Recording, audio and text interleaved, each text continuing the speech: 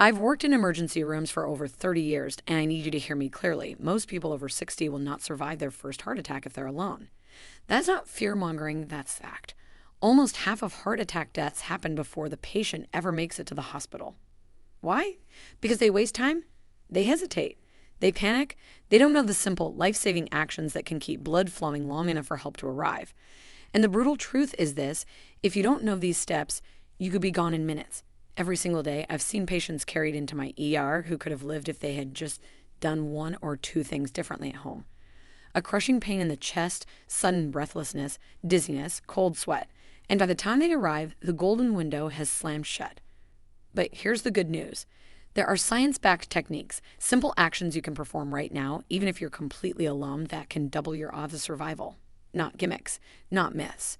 Real strategies cardiologists teach their patients. In this video, I'll walk you through 7 life-saving tips every senior must know to survive a heart attack when nobody else is around. These are the very steps I wish every patient in my ER had practiced before their attack. And wait until you hear number 3. It's so powerful. Research shows it can make the difference between permanent damage and walking out of the hospital alive. Most people have no idea, but after today, you will.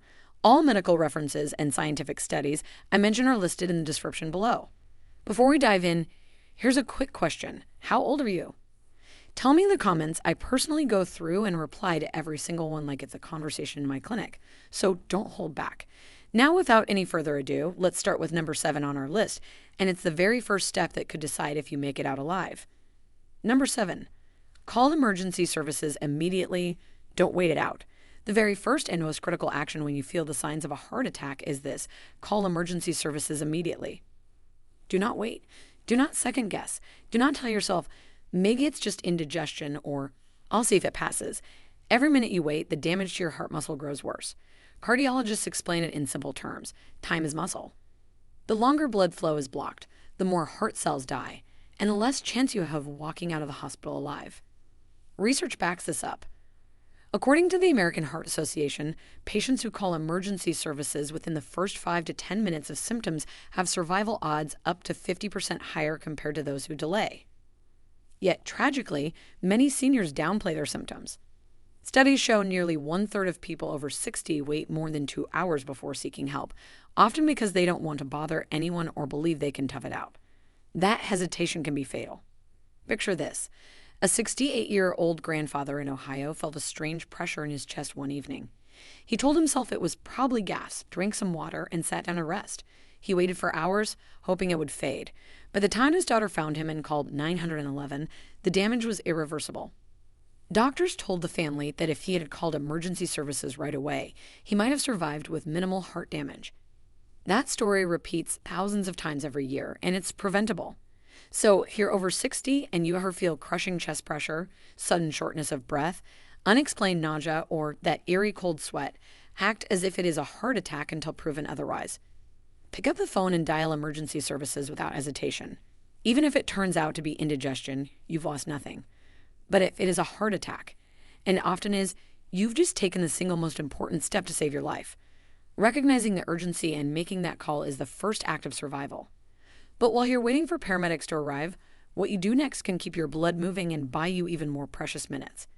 That leads us to tip number 6, a technique proven to keep oxygen flowing when every second counts. Number 6, chew an aspirin if available and not allergic. Once you've called emergency services, the next move can be the difference between life and death. Chew an aspirin, not swallow, chew. Why? Because aspirin is not just a pain reliever, it's one of the most powerful clot-fighting drugs you can get without a prescription. Heart attacks happen when a clot blocks blood flow to the heart muscle. Aspirin works by thinning the blood and stopping the clot from growing larger, keeping some flow moving until help arrives. The science is clear. A landmark study published in The Lancet found that taking aspirin during a heart attack reduced the risk of death by 23% in patients. But here's the catch: speed matters. The faster it gets into your bloodstream, the faster it starts working. Swallowing an aspirin whole can take 10 to 12 minutes to break down in your stomach. Chewing it breaks it apart instantly, allowing the active ingredient to absorb through your mouth and stomach lining within just minutes. In a situation where every second counts, those minutes can save heart muscle and save your life. One retired bus driver, 70 years old, was alone in his living room when he felt that crushing pressure in his chest. He remembered his doctor's advice, reached for the aspirin in his cabinet, and chewed it while calling 911. Paramedics later told him that simple action kept his blood flowing just enough to prevent major heart damage. He walked out of the hospital 2 weeks later, alive and still independent. But here's where many seniors go wrong. They either don't keep aspirin in the house, or they hesitate because they're not sure if it's safe. If you have an allergy to aspirin, a bleeding disorder, or if your doctor has specifically told you not to take it, then skip this step. For everyone else, keeping a bottle of uncoated aspirin in an easy-to-reach place is one of the smartest emergency precautions you can take. Doctors usually recommend one full 325 milligrams tablet chewed at the first sign of a heart attack. Think of it this way: chewing that one pill is like sending in a rescue team to slow down the disaster until reinforcements arrive. It doesn't cure the heart attack, but it can stop the damage from spiraling out of control. Acting fast with aspirin keeps the odds in your favor, but surviving a heart attack alone isn't just about what you take. It's also about how you move your body in those terrifying minutes. And that's where tip number 5 becomes crucial. Number 5, loosen tight clothing and sit upright. Helps reduce strain on the heart. When a heart attack strikes, every movement you make affects how much strain your heart must endure. One of the simplest, yet most overlooked, survival actions is to loosen tight clothing and sit upright. Seniors often underestimate how quickly restricted circulation and poor posture can make a bad situation worse. Tight belts, waistbands, or collars compress blood vessels and make it harder for your body to circulate oxygen-rich blood when it needs it most. Sitting upright relieves pressure on the diaphragm and lungs, making breathing easier and reducing the workload on your already struggling heart. This isn't just common sense, it's backed by physiology. During a heart attack, your heart is desperate to pump oxygen through narrowed or blocked arteries. Lying flat forces the heart to work harder, especially in seniors with weaker lungs or pre-existing conditions like COPD. By sitting upright, preferably at a slight angle with your back supported, you improve airflow into the lungs, lower pressure inside the chest, and allow blood to flow more effectively. A clinical review in the European Heart Journal emphasized that positioning patients upright during cardiac distress helps reduce pulmonary congestion. Basically, the buildup of fluid in the lungs that makes breathing feel like suffocation. In other words, the way you position yourself can literally mean the difference between gasping for air and keeping calm enough to survive until help arrives. One 74-year-old woman in Florida felt chest pressure while gardening. Instead of lying down in panic, she moved to a chair, loosened her gardening apron and waistband, and sat upright while waiting for the ambulance. Her doctor later told her that decision likely prevented her from fainting and collapsing before paramedics could give her oxygen. That tiny adjustment kept her heart from collapsing under the strain. It's a step so simple that many seniors overlook it, but it matters. If you feel those telltale signs, pressure, shortness of breath, or cold sweat, sit upright, relax your shoulders, and free your chest and waist from restriction. Think of it as giving your heart room to breathe. This adjustment buys you precious stability. But to further improve your odds, you need to keep blood flowing to the brain and heart when circulation is under attack. That brings us to tip number 4, a powerful physical action seniors can perform in those desperate minutes before medical help arrives. Number 4, cough strongly if you feel faint, can keep blood flowing to the brain temporarily. It sounds strange, almost too simple, but in the middle of a heart attack, coughing, yes, coughing, can sometimes keep you alive long enough for help to arrive. Doctors call it cough CPR. The principle is straightforward. When you cough deeply and forcefully, your chest muscles contract, your diaphragm compresses, and pressure builds inside your chest. That pressure forces blood out of the heart and into the brain, keeping you conscious when circulation is collapsing. Now, let's be clear. Cough CPR is not a replacement for medical treatment, and it's not a cure for a heart attack. But it can buy you valuable seconds if you feel faint, dizzy, or like you're about to pass out before paramedics arrive. Research published in the Journal of the American College of Cardiology showed that repeated strong coughing during cardiac arrhythmias kept patients conscious and maintained blood pressure temporarily until emergency treatment could be given. In some cases, patients were able to remain alert for several minutes simply by coughing every 2 to 3 seconds. Imagine this. A 69-year-old retired mechanic in Texas felt a sudden wave of dizziness during what turned out to be a massive heart attack. Alone in his workshop, he remembered hearing about cough CPR. He began coughing forcefully, again and again, and stayed conscious until paramedics arrived. Doctors later said those coughs likely prevented him from collapsing and suffering brain damage before they could restart his heart. The science is simple. Fainting during a heart attack is caused by a sudden drop in blood flow to the brain. By coughing hard, you create artificial heartbeats, almost like squeezing a pump with your chest muscles. It's not perfect, and it won't stop the attack, but it keeps oxygen flowing to the brain long enough for help to take over. If you ever feel your vision narrowing, your head spinning, or your body going limp during chest pain, try this. Take a deep breath, then cough hard and strong as if you're trying to clear your lungs. Repeat every 2 to 3 seconds until the dizziness passes or paramedics arrive. Think of it as manually keeping your heart in motion when it's struggling. This unusual but powerful technique has saved lives. But once you've stabilized yourself, you also need to make sure oxygen is getting into your lungs effectively. That's where tip number 3 comes in, another simple but life-saving habit every senior should master. Before we go on, if you're getting value from this video, go ahead and tap that like button and make sure to subscribe and turn on the bell icon so you never miss out on powerful health tips like these. Number 3, unlock your door and keep phone nearby so help can reach you quickly. When a heart attack strikes, every second is precious, not just for your body, but for the people trying to save you. One of the most overlooked survival steps is also one of the simplest. Unlock your door and keep your phone within arm's reach.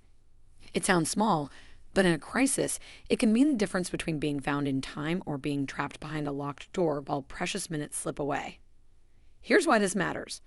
Paramedics are trained to break down doors if they have to, but every extra barrier costs time. And during a heart attack, time is muscle. Studies show that for every 10 minutes of delay in treatment, survival rates drop by nearly 10%. Imagine losing those life-saving minutes just because help couldn't get to you quickly enough. Unlocking your door in advance removes that risk. A 73-year-old widower in Arizona learned this lesson the hard way. He dialed 911 after severe chest pain but collapsed on the floor before he could unlock his front door. Paramedics arrived within minutes but had to waste precious time forcing their way inside. By the time they reached him, too much damage had been done. Contrast that with the story of an 80-year-old woman in Florida who unlocked her door, clutched her phone, and stayed in a chair by the entryway. Paramedics got in immediately, started treatment, and rushed her to the hospital. She survived with only minor heart damage. The second half of this tip is just as critical. Always keep your phone nearby, especially if you live alone. Too many seniors leave their phone in another room or plugged into a charger out of reach. During a heart attack, even walking a few steps can cause collapse. Having your phone next to you ensures you can stay connected with emergency responders until help arrives. Some even recommend putting your phone on speaker so you can follow instructions without holding it to your ear. Think of it this way, your phone is your lifeline and your unlocked door is the bridge that gets help to you faster. Together, they eliminate barriers and buy back time you cannot afford to lose. Once the path for help is clear, the next step is about keeping your body calm enough to survive until that help arrives. And that's where tip number 2 makes all the difference. Number 2, take slow, deep breaths. Lowers stress on the heart and oxygenates blood. In the middle of a heart attack, panic is your worst enemy. When fear takes over, your body shifts into fight or flight, releasing a flood of stress hormones like adrenaline. This raises your heart rate, spikes blood pressure, and makes your struggling heart work even harder. That's why one of the simplest survival actions you can take is also one of the most powerful. Take slow, deep breaths. Breathing deeply does 2 critical things. First, it increases the amount of oxygen reaching your blood and brain, which are desperate for fuel when circulation is limited. Second, it signals your nervous system to calm down, lowering the surge of stress hormones that put extra strain on the heart. Research published in the Journal of Cardiopulmonary Rehabilitation and Prevention found that slow, controlled breathing reduced heart rate and improved oxygen delivery even in patients with advanced cardiovascular disease. It's not a cure, but it gives your body a fighting chance while you wait for help. A 76-year-old retired nurse from Michigan described how she survived her heart attack by focusing only on her breathing. As the crushing pressure in her chest grew, she resisted the urge to panic. She sat upright, closed her eyes, and began inhaling slowly through her nose, exhaling even slower through her mouth. By the time paramedics arrived, she was weak but still conscious. Her cardiologist later told her that those steady breaths likely reduced the workload on her heart and kept oxygen moving to her brain long enough for treatment to begin. Here's how to do it if you ever find yourself alone and in danger. Place a hand on your stomach, not your chest. Inhale deeply through your nose, feeling your belly rise. Then exhale gently through pursed lips, as if you're blowing through a straw. Aim for about 6 to 8 breaths per minute, slow, controlled, and deliberate. This kind of diaphragmatic breathing not only helps the heart, but also keeps your mind focused when panic wants to take over.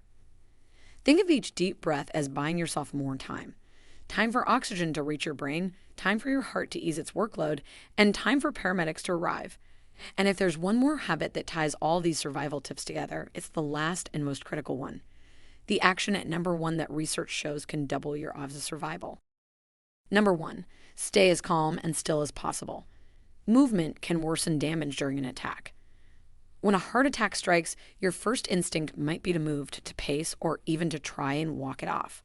But that instinct can be deadly. The number one survival rule is this: stay as calm and still as possible.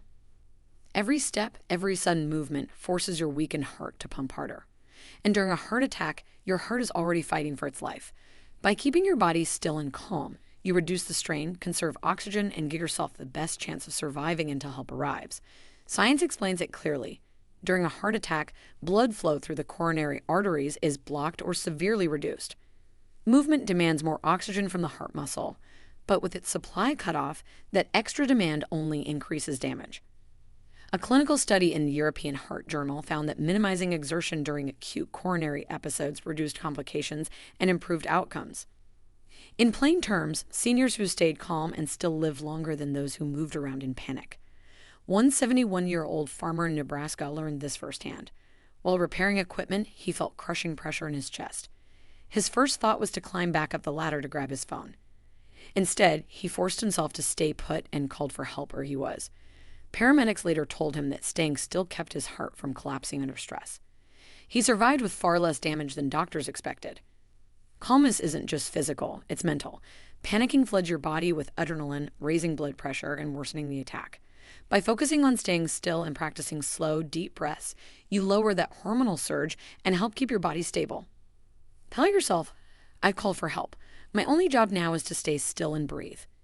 This mindset prevents rash decisions like trying to walk to the door or grab something across the room, actions that can trigger collapse before help arrives.